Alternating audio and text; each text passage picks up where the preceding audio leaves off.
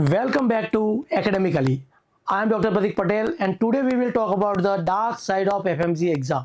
हर साल 25,000 से भी ज़्यादा बच्चे इंडिया से चाइना, फिलीपाइंस, रसिया, जॉर्जिया वगैरह वगैरह जगह पे एमबीबीएस करने के लिए जाते हैं और फिर पर उनके साथ शुरू होता है एक खेल और उसमें बहुत सारे बच्चे फ्रॉड में फंस जाते हैं। उसके लिए आज हम समझेंगे कि हमें क्या-क्या चीज़ें हमें नहीं करनी है, क्या-क्या चीज़ें हमें करनी है। ठीक है? तो सबसे पहले समझते हैं कि एफएमजी एग्ज़ाम है क्या? अगर एफएमजी का मतलब होता है फॉरेन मेडिकल ग्रेजुएट एग्जामिनेशन। अगर आपने कहीं बाहर से एमबीबीएस करी है और अगर आप इंडिया में प्रैक्टिस करना चाहते हो तो इंडिया का NBE national board of examination आपका एक एग्जाम लेगा और वो डिसाइड करेगा कि क्या आप इंडिया में डॉक्टर बनने के लिए फिट हो या नहीं। तो एक टाइप का रजिस्ट्रेशन एग्जाम है जिसके बाद ही आप इंडिया में प्रैक्टिस कर सकते हो। ठीक है। हर साल करीबन 15,000 बच्चे इसमें अपेयर करते हैं और ये नंबर हर साल बढ़ता ही जा रहा है। क्यों, वो हम आगे बात करेंगे।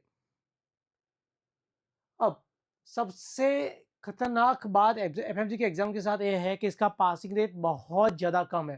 अगर हम देखें तो उसका पासिंग रेट 2024 में था 18.5%। ये करीबन 15 से 20 के बीच में फ्लक्चुएट रहता है। तो उसका मतलब अगर 15,000 बच्चों ने एग्जाम दी है तो उसमें से करीबन 3,000 बच्चे ही सिलेक्ट हो गए या उससे कम। तो हर साल वो मार्क्स बढ़ता ही जाता है कि जो इस बार नहीं कर पाए वो अगली बार फिर से एग्जाम देंगे और इसके साथ एक चक्रव्यूह में फंस जाते हैं कि एग्जाम बार-बार देते रहते हैं और कई सारे बच्चे तो भी उसको नहीं निकाल पाते। ठीक है? तो ये रिपीटेड फेलियर है, वो एक प्रेशर क्रिएट करता है क्योंकि आपने ऑलरेडी एमबीबीएस के लिए 40-50 लाख दे दिए हैं और अब अपने जवानी के और साल भी सिर्फ़ एक एग्ज़ाम के लिए दे रहे हो कि आपने एक डिग्री कहीं से कर ली है।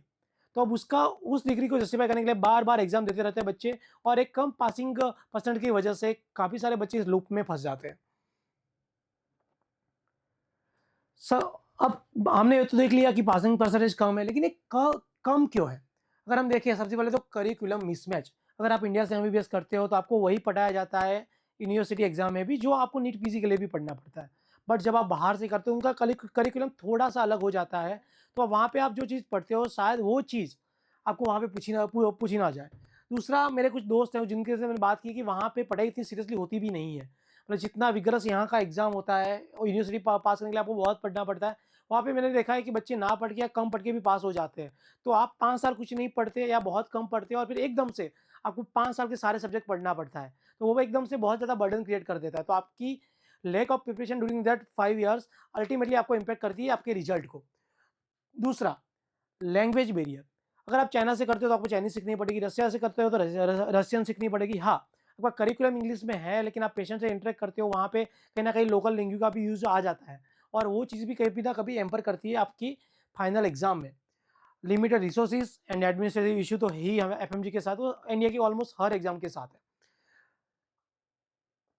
एक चीज़, बहुत बड़ी चीज़ हो जाती है कि बच्चों को ये बोल के भेज दिया जाता है एजेंट के द्वारा कि आप एमबीबीएस के लिए जा रहे हो, लेकिन जब उनके हाथ में डिग्री आती है तो उसमें लिखा होता है बैचलर इन हेल्थ केयर। इसका मतलब कि ये डिग्री एमबीबीएस की डिग्री नहीं है, आप डॉक्टर नहीं हो और ये डिग्री इक्विवेलेंट हो जाती है बी फार्मा या किसी और हेल्थ साइंस की डिग्री के इक्विवेलेंट और तब उनको पता चलता है कि वो लोग अब एफएमजी एग्ज़ाम दे ही नहीं सकते। उन्होंने तो वो तो ये सोच के गए थे कि उन्होंने किया एमबीबीएस। जैसे हम दो 2024 का हिंदू का आर्टिकल देखें, तो उसमें भी ये आर्टिकल छपा था कि foreign MBBS degree are not valid in India. तो इसका मतलब सारी नहीं, जिस कॉलेजों ने कुछ ऐसा ऊट-पटांग सा नाम दे दिया, डॉक्टर ऑफ मेडिसिन तो शायद वैलिड होती है, पर अलग-अलग नाम दे देते हैं डिग्री को और बोलते हैं कि एमबीबीएस के वे इक्विवेलेंट होगा, जो नहीं होता। तो ये अगर आप जा रहे हो तो आपको बहुत ज़्यादा ख्याल रखना है कि आपकी कॉलेज कौन-सी डिग्री दे रही है और वो वैलिड है कि नहीं। वो हम कैसे चेक करेंगे? ठीक है, जैसे हम एक एक बच्चे से बात कर रहे थे, तो उसने बोला था कि ये जो बार-बार उसका 8वाँ अटेम्प्ट था, अभी जो कुछ दिन पहले ही जो एग्ज़ाम हुआ, तो उसमें मैं एक बच्चे से मिला था, उसने बोला कि मैं 7वाँ अटेम्प्ट दे रहा हूँ और अब मेंटली इतना मुझे ये अफ़ेक्ट कर रहा है कि ना मैं काम पे फ़ोकस कर पा रहा हूँ और ना ही पढ़ाई पे। तो सब सारी चीज़ें होती रहती है, ठीक है?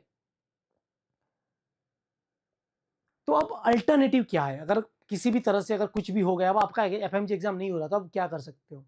तो एक वे है कि आप जा सकते हो ऑस्ट्रेलिया, उसके लिए आप एएमसी का पाथवे चुन सकते हो। एफएमजी के साथ इश्यू है कि सिलेबस बहुत ज़्यादा वेग है, बहुत स्ट्रक्चर सिलेबस नहीं है। जबकि जो यूएसएमएलई है, एएमसी इनका सिलेबस बहुत स्ट्रक्चर रहता है। तो अगर आप अच्छे से प्रिपेयर करो तो उसको क्रैक करना रिलेटिवली ईज़ी हो जाता है। हम आगे जाके कंपैरिज़न भी देखेंगे कि कोई एएमसी और एफएमजी में क्या डिफ़रेंस है और क्यों कौन-सा अच्छा है और किस लिए है।